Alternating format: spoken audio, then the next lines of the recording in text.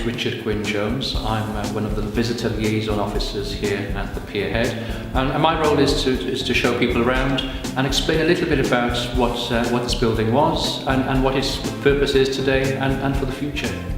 A huge amount of history here. The building was built in 1897. It was the headquarters basically for the old Tiger Bay, the port of Cardiff. So this is where you would have come to look for work. This is where all the administration was coordinated from. Probably the building is most famous for hosting the first ever £1 million cheque, and that was signed just across the way in Mount Stewart Square at the Coal Exchange, but it was kept here for safekeeping.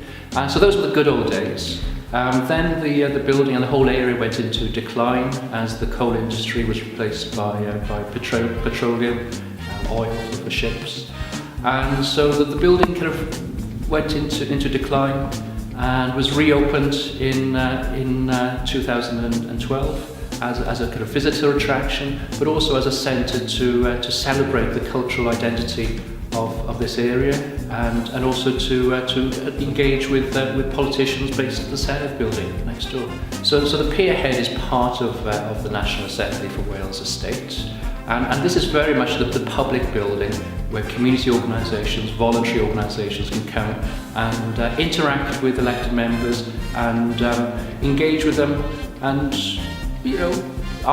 put pressure on them to develop policies that benefit communities in Wales. It's outside of the main kind of parliamentary building, so there's it's a slightly more kind of relaxed building, and we find that many people come here to try and engage with their kind of elected members. Well, it's an interesting building because on the one hand it celebrates the industrial heritage of South Wales, but the red terracotta brick is from North East Wales, so just outside of Wrexham. And the building very much, says to people, look at me, here I am. And that's because it was built by the Marquis of Bute, who owned large parts of Cardiff, including the docks. And I think this was his statement by using an architect called William Frame, who's a student of William Burgess.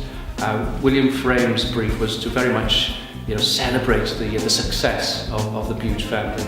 The clock tower is often referred to as Little Ben, linking to Big Ben. Big Ben, of course, was himself a Welshman, Benjamin Hall, who was responsible for the construction of Big Ben.